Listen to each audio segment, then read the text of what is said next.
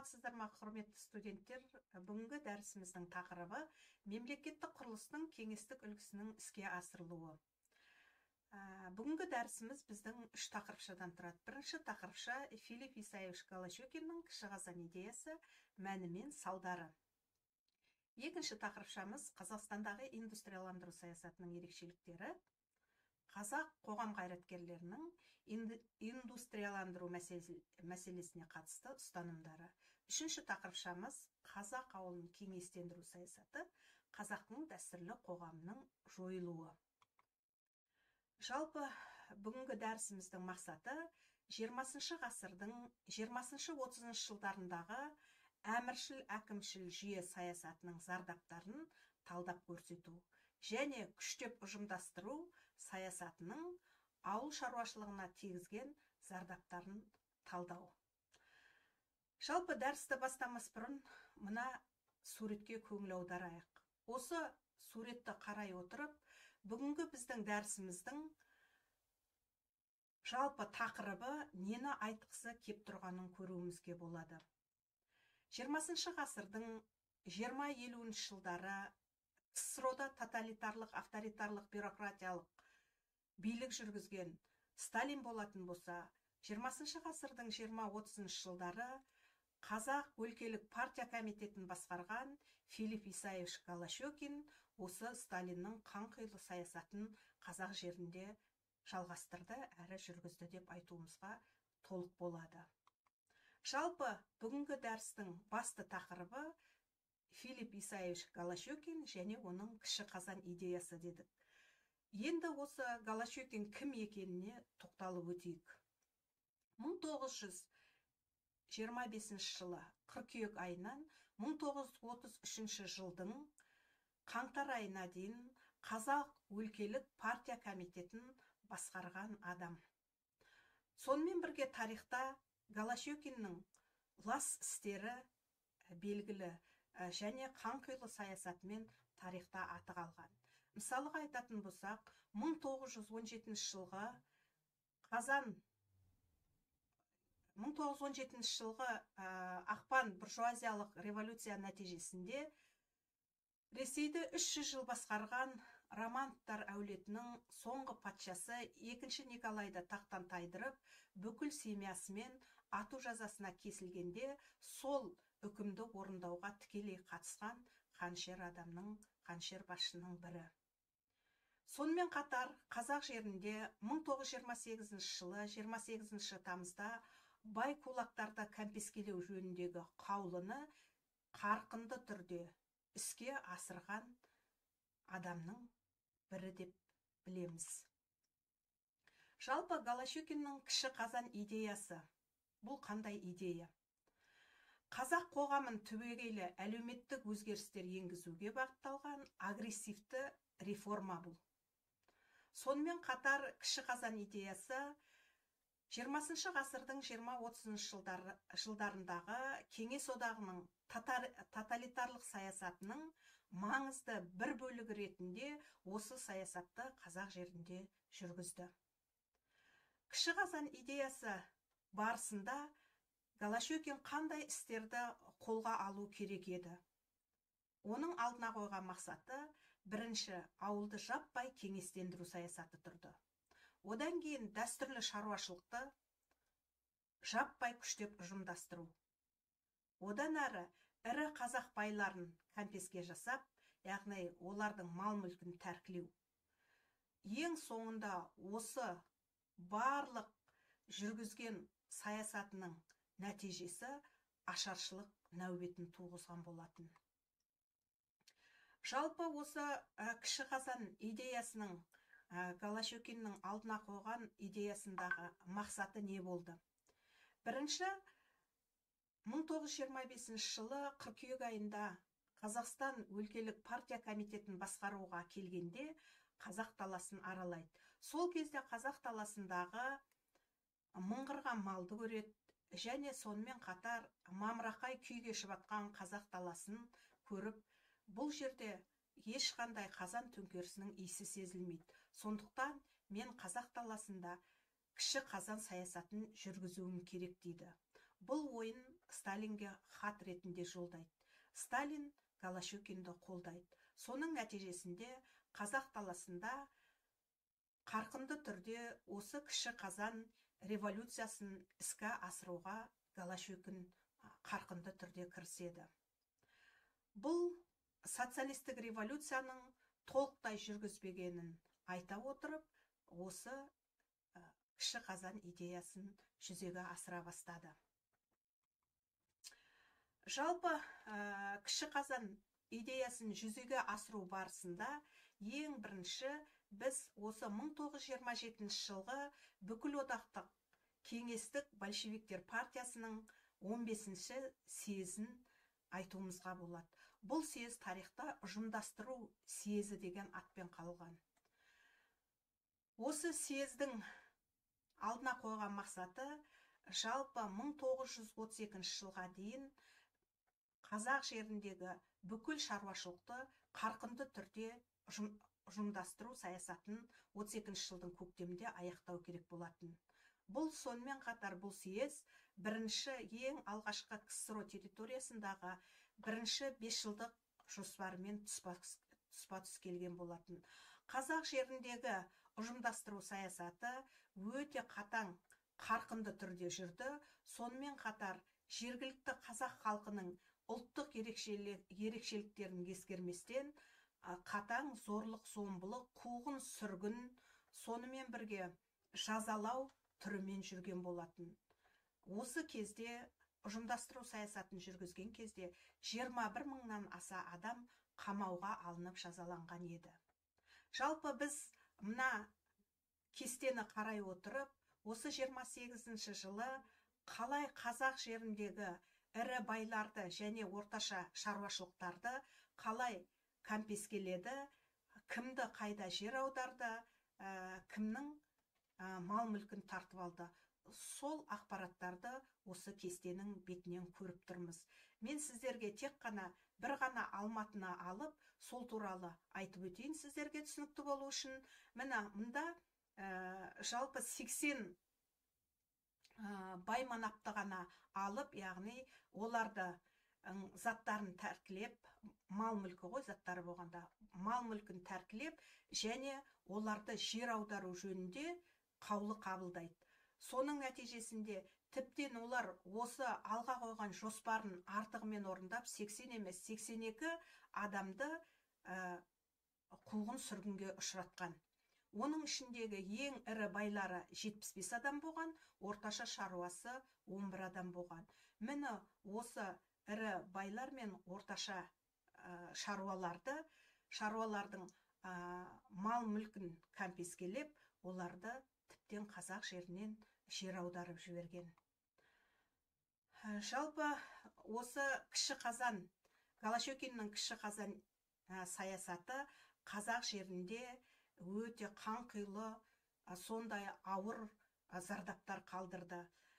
Мына алдымызда отырған видео материалда қарайтын болсақ, бұл өмірде шын болған оқиға деп айтуымызға болады. Бұл қазақтың үлкен ғалымы, филология ғылымының докторы Мекемтас Мырзахметұлы атамыздың өз басынан өткен ашаршылық кезіндегі оқиға желісінде түсірілген видео материал. Ол кісі өзінің мынау интервьюінде былай айтады.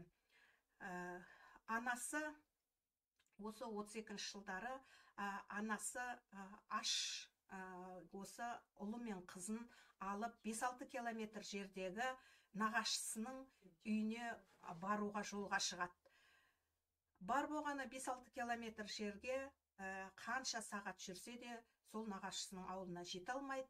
Қасқарая бастағанда қасқырлар қамайды. Сол кезде анасының алдында екі жол тұрады. Барлығы қасқырға жем болу, немесе бір баласын осы қасқырларға азық ретінде қалдыру. Сөйтіп қарындасын қасқырларға қалдырып, енді ер бала ғой деп осы Мекемтас атамызды арқасына салып, қолына таяғын алып, қасқырлардан қашады. Сөйтіп кейіннен сол нағашысының ауылына барып адамдарды ертіп келсе, сол жерде тек қана қарындасының шаштарының ғана жатқанын, яғни қарындасын аш қасқырлардың жеп қойғандығын көреді. Әрине өзінің интервьюінде Мекемтас атамыз айтады, бұл менің өмірімдегі ең қайғылы, ең қасіретті оқиға дейді. Жалпы қазақ даласындағы осындай түрлі қиыншылықтарды, қазақ даласында болып жатқан ашаршылықты көріп отырған біздің қазақ зиялылары бұған жайдан жай қарап отырған жоқ. Сондықтан 1932 жылы шілде айында қазақтың халық жазушысы Ғабит Мүсірепов бастаған 5 қазақтың белді азаматтары Голощекинге хат жазады. Осы қазақ жеріндегі ашаршылыққа байланысты. Олар кімдер дейтін болсақ, мына суретте көріп отырсыздар. Ғабит Мүсірепов, Мансұр Ғаттаулин, Мұқаш Дәулетқалиев, Алтынбек Ембергенов, Қадыр Қуанышев сияқты қазақтың белді азаматтары. Ол кісілер өздерінің осы хатында Голощекинге 1930 жылға Октябрь революциясының жеңістері деген мақаласында осы қазақ жерінде осыдан 2 жыл бұрын 40,5 миллион малдың болғанын, 2 жылдың ішінде олардың 90% жойылғандығын, бар болғаны 4,5 миллион ғана бас малдың қалғандығы жөнінде, және қазақ даласының ашаршылыққа ұшырап жатқанын, осы ашаршылыққа ұшыраған халыққа көмек көрсету жөнінде хат жазады. Бірақ Голощекин бұл бесеудің хатын көзге ілмейді, ешқандай жауап берілмейді, ашыққан халыққа ешқандай да көмек көрсетілмейді. Жалпы осы бесеудің, хат жазған бесеудің ішінде Мансұр Ғаттаулин атамызды, бесеудің хатының ішінде Мансұр Ғаттаулин атамызды НКВД мүшелері қамап, одан сұрақ жауап алған кезде ол кісі мынандай сұмдық мәліметтерді келтіреді. Мансұр Ғаттаулин атамыз айтады, бұл хат жазғандардың ешқайсысы да халықтың жауы емес. Мен де халықтың жауы емеспін, бірақ мен халықтың жауының жауымын дейді. Соттасаңдар, мені соттаңдар. Мен дейді 1932 жылы Қарқаралыға барып, сол ауылдарда ашаршылық кезінде аралағанда мынандай сұмдық жайтқа тап келдім дейді. Кенттің ішіне кірген кезде өлі тыныштық, далада жүрген, көшеде, аулада жүрген бірде-бір адамды көрмейсің. Содан көзіме үлкен бір қора түсті дейді. Сол қораның барып есігін ашсам, ішінде қатталып жиналған өлген адамдардың мәйітін және көздері ашық өлгелі жатқан адамдарды көрдім дейді. Бір кезде далада айқай-шу басталды дейді. Содан далаға шықсам, қолдарында пышақтары, шаштары жайылған аш қазақтың әйелдері менің шоферімді, жүргізушімді бауыздап жейін деп жатыр екен дейді. Содан аспанға мылтық атып едім, олар қашып кетті дейді.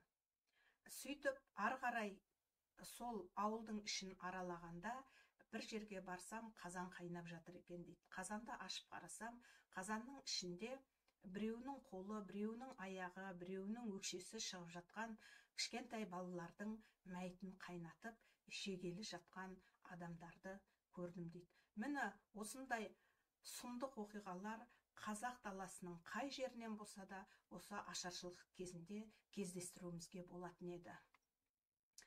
Тіптен мұндай фактілерді жүздеп, мыңдап кездестіруімізге болады. Жалпы мына суретке қарап отырып, барлық жердегі оқиғаны осы сурет арқылы көрсеткім келді. Міне фактілер, барлық жерде келген хаттарда айтылатын ең басты сөз ит мысықтың желініп жатқаны, адамдар аштықтан, тіптен сол ит мысықты да, тасбақан да, жыланды да жеген. Адамдар сонымен қатар аштықтан тіптен ісініп кеткен. Осы қаншама өлген адамды тіптен жерлейтін адамдардың да жоқ екендігі, яғни олардың өздерінің жер қазып, осы қайтыс болған адамдарды жерлемек түгіл, олардың жүруге шамалары болған жоқ. Себебі олардың жейтін тамағы әлі жоқ еді. Міне мына суретте көріп отырсыздар. Тіптен мына қайтыс болған балалардың өзі жерленбей осылай ашық аспан астында қалған мәйіттер өте көп болған. Тағы бір осы ашаршылыққа байланысты мысал келтіре кететін болсақ, қазақтың белгілі ақыны Ілияс Жансүгіровтің мынау 4 қатар өлеңінде бүкіл қазақ даласының мұңын, бүкіл қазақ даласындағы болып жатқан сұмдықты көрсетіп тұрғанын көруімізге болады. Міне қазақ мыңдап өліп жатыр, тұқымы сағат сайын кеміп жатыр. Өз баласын өзі үйтіп, сирағын жеп, көр азабын тірідей көріп жатыр дейді. Осы 4 шумақ өлеңнің ішінде бүкіл қазақтың қасіреті жатыр. Әбден есірген большевиктер енді халыққа мүйіз салығын, шүберек салығын сала бастаған. Тартып алынған барлық шүберекті дереу отқа жаққан. Халықтың бүткіл байлығын тартып алған. Ашыққан халық жан-жаққа жан сауғалай қашқан. Колхоздарды бос қалдырмас үшін қарулы жасақпен халықты қинап, қамап колхоздарда ұстаған. Қашып шығам деп қазақ даласы бойынша 219-нан астам адам оққа ұшқан. Қар түскенде әскер кетті, бірақ халықты жейтін еш нәрсесі болмады. 5 ай қыста 5 миллион қазақ баудай түсті. Халықты атты, улы тамақ берді, аштықтан өлді. Қазақ даласы бүліктерге толды. Қазақ даласында адам етін жеу деректері қаптап кетті. Өз шаранасына қол салдырған сұм аштық ешкімді аямады. Қазақты бұл зобалаң қайта еш жемайтындай етіп еңіреу қылды. Бала анадан, аға ініден ажырап, қазақ елінің шаңырағы ортасына түсті.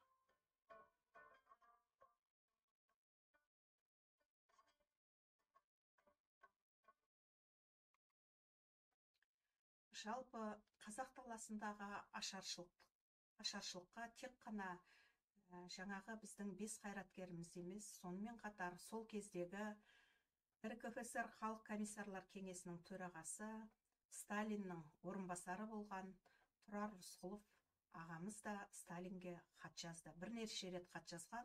Сол хаттарының бірі 1933 жылы 11 наурызда жазылған. Бұл хат бойынша Тұрар Рысқұлов Сталинге қазақ даласындағы сұмдық аштықтың болып жатқан, адамдардың қырылып жатқанын, яғни орталық комитет осы қазақ даласына аштыққа көмек бермесе, астық бермесе, ақша бермесе, жағдайының өте қиын екендігін жазған. Осы Тұрар Рысқұловтың хатынан кейін Сталин қазақ даласына арнаулы комиссия жіберіп, олар осы қазақ даласын аралап көріп, қазақ даласындағы сұмдық аштықты көздерімен көргеннен кейін ғана барып, осы қазақ даласына көмек жібере бастайды. Жалпы енді аштықты айтқан кезде біздің алдымызда әрине халықтың саны керек болады. Ең алғаш қазақ даласында патша өкіметі 1897 жылы бірінші халық санағын жүргізеді. Осы бірінші халық санағы бойынша қазақ даласындағы халықтың саны 4 миллион 100 мыңдай болады. Ал енді 1926 жылғы халық санағы бойынша жалпы қазақ халқының саны 6 миллион 200 мыңдай болады. Оның ішіндегі қазақтың саны 3 миллион 700 мыңдай. Бірақ мына статистикада осы 1897 мен 1926 жылдың, яғни бас аяғы 30 жылға жуық уақыттың ішінде қазақ халқының саны 11 мыңға ғана көбейген дейді. Бұның бірден бір себебі, яғни қазақ халқының көбеймеуінің себебі, ол қазақ даласында болған түрлі соғыстар, түрлі нәубеттердің әсері болды. Мысалы айтатын болсақ, 1914 пен 18 жылдың аралығындағы бірінші дүниежүзілік соғыс, 1916 жылғы ұлт-азаттық көтеріліс, 1918-20 жылдардағы азамат соғысы, 1921-22 жылдардағы қазақ жеріндегі ашаршылық, осының бәрі қазақ халқының санының өсуіне әрине кедергі келтірді деп айта аламыз. Мына жерде біз тарихшы Клара Сәркенованың статистикасын қарайтын болсақ, мына 30 пен 33 жылдың аралығын қамтитын статистиканы қарап отырсақ, қазақ халқының саны 3 миллион 200 мыңға дейін кемігенін көріп отырмыз. Ал енді 34 жылдан бастап, яғни мынау ашаршылық аяқталғаннан кейін халықтың демографиясының сәл-сәл аздап көтеріле бастағанын көруімізге болады. Жалпы кіші қазан реформасының негізгі салдары немен аяқталды, қалай болды дегенді мына схемадан көруімізге болады. Әрине, ең бірінші ашаршылыққа себеп болған бұл қазақ халқындағы, яғни дәстүрлі қазақ шаруашылығына соққы беру, яғни ұжымдастыру саясатының өрескел жүруіне байланысты қазақ халқының белді азаматтарын, ұлттық интеллигенциясын қуғын сүргінге ұшырату нәтижесінде ең соңында осылардың барлығы келіп ашаршылыққа алып келген болатын. Мына суреттерді қарап отырып, біз қазақ халқының басынан өткен ауыр тарихты көруімізге болады. Мына жерде қарап отырсаңыздар, үлкен-үлкен 4-5 бейнеленген. Мына ең төменгі жағында тұрған суретте осы ашаршылық кезінде 1 миллион 750 мыңдай қазақтың басқа Қытай, Моңғолия, Ресей, Өзбекстан территорияларына босып кеткендігін білеміз. Міне сол босып бара жатқан халықтың көрінісі. Одан кейін Теміртор, бұл білеміз, 1937-38 жылы 100 мыңнан аса қазақтың ұлттық интеллигенциясын, қаймақтарын қуғын сүргінге ұшыратты. Оның ішінде 25 мың ұлттық интеллигенцияны ату жазасына бұйырған болатын. Мына көрініске қарап, біз қазақ жеріндегі ашаршылықтан көз жұмғандардың тіптен көмусіз қалғандығын көруімізге болады.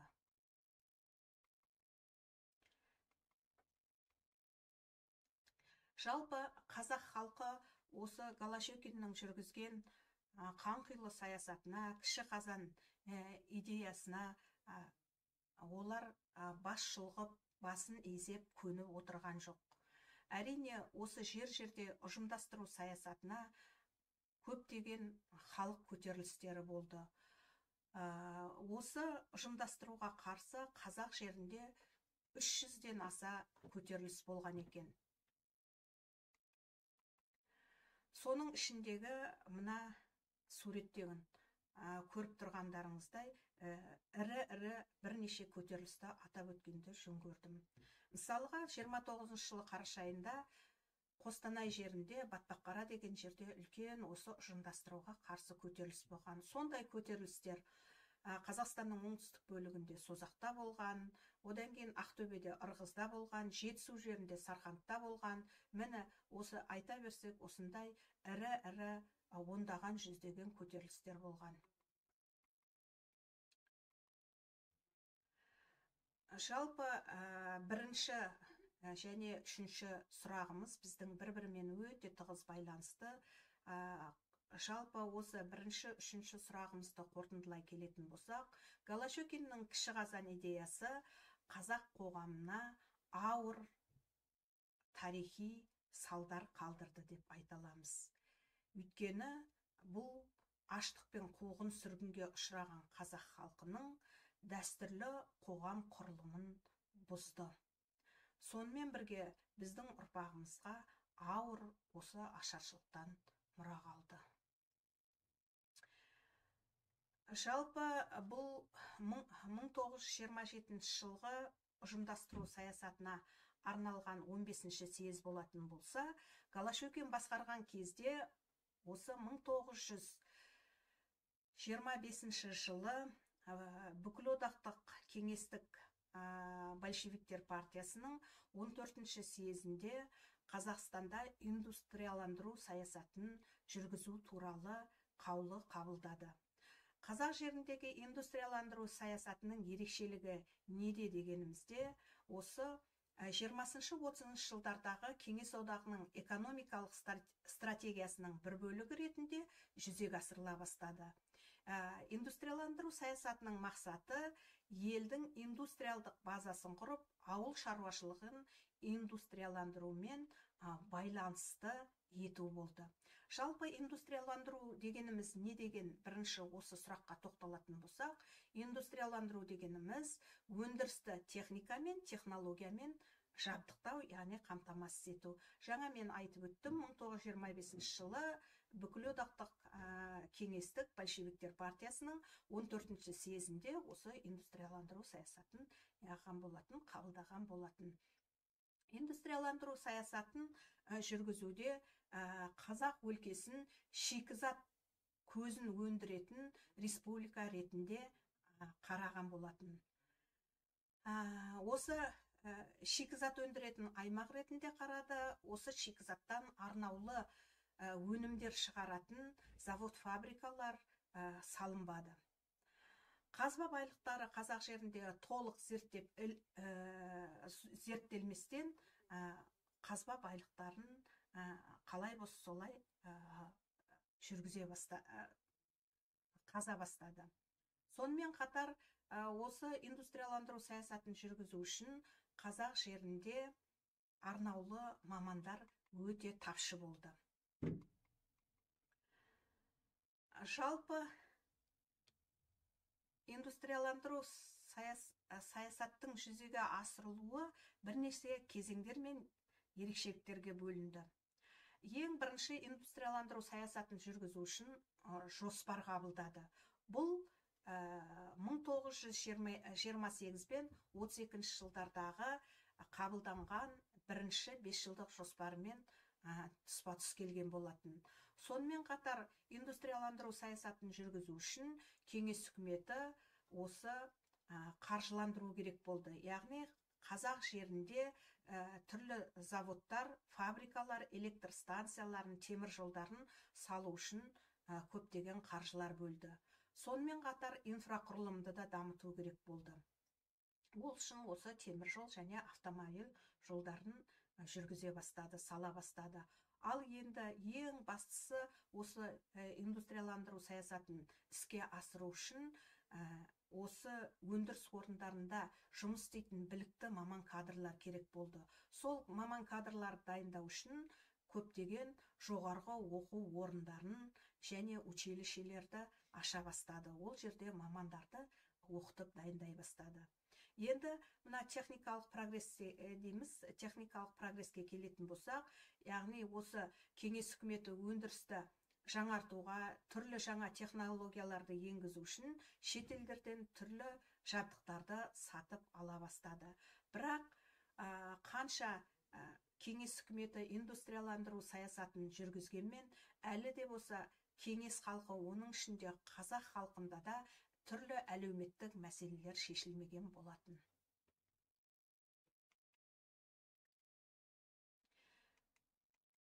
Индустрияландыру саясатын ең бірінші Түрксіб темір жолын салудан бастады. Осы Түрксіб темір жолын салуда белсенді еңбек еткен азаматтардың бірі Алашорда үкіметінің мүшесі болған кезіндегі Санкт-Петербургдағы ең алғаш осы техникалық инженер